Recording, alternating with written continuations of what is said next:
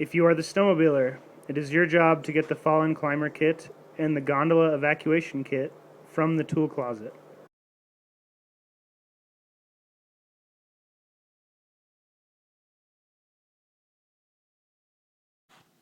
One person will need to ski the line.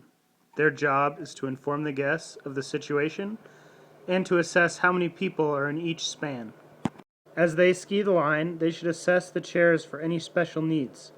For example, a chair of only small children or a sit ski. As they ski from tower to tower, they should give updates over the radio as to how many people are in each span. The person at the desk will record how many people are in each span and assign teams accordingly. Each span will be assigned a team of 2, 1 tower climber and 1 belayer. Decide which patroller will take which role and head to the uphill tower of your assigned span. Once on scene, the climbing patroller may climb the uphill tower only after the lift has been locked out. When climbing, you must be attached to the tower by at least one form of protection at all times.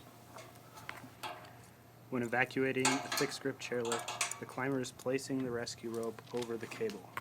They need to climb the tower with the rope and get the end of the rope under the tower arm and over the cable.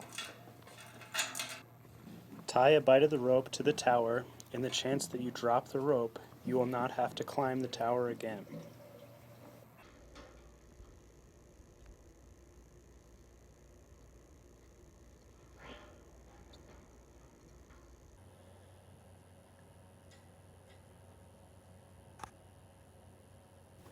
Once the belaying patroller has the end of the rope, you are free to down climb.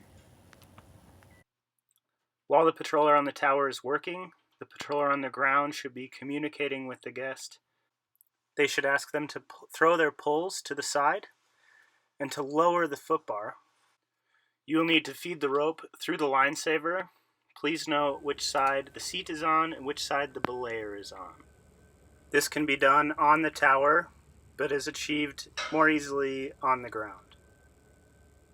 The line saver sits on top of the haul rope, protecting the belay rope from fraying on the metal haul line. In order to get the rope to the correct chair, you'll need to flip the line over the chair. Then you can lift the seat up and evacuate the guest.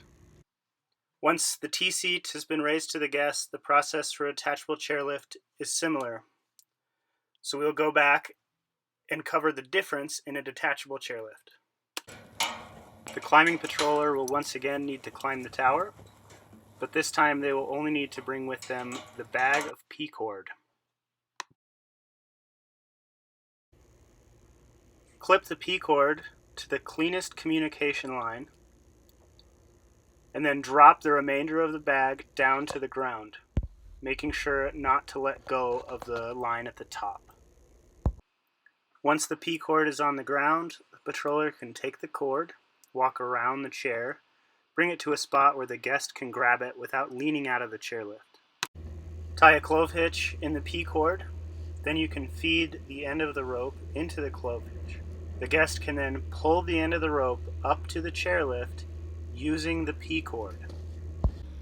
Instruct the guest to pull the rope up, untie the rope from the P-cord, and feed the end of the rope through the ring, all without dropping the rope.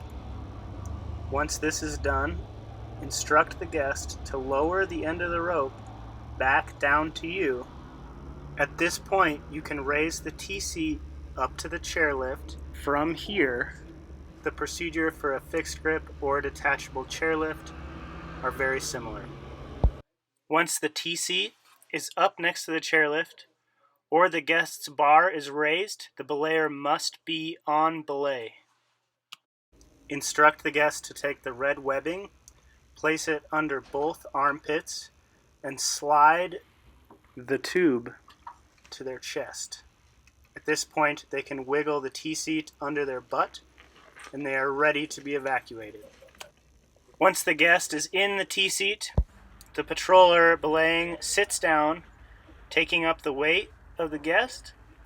Then the guest can spin out of the chairlift, keeping their hands up to protect themselves from running into the chairlift seat.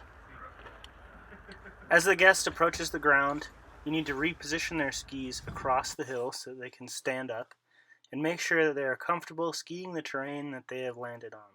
At this point, you should take out a marker, mark your initials and the time on their ticket.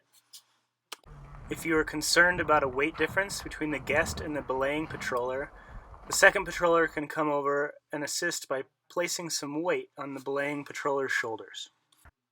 On a detachable chairlift, the climber will have to climb the downhill tower of the span and remove the P-cord from the comm line. Once the climber is down and all equipment is off of the chairlift, inform the incident commander that your span is down and clear. Gear management and rope awareness is a crucial part in chairlift evacuation. Please attempt not to let anyone ski over any of the ropes, and bring the equipment with you as you go so as not to lose any.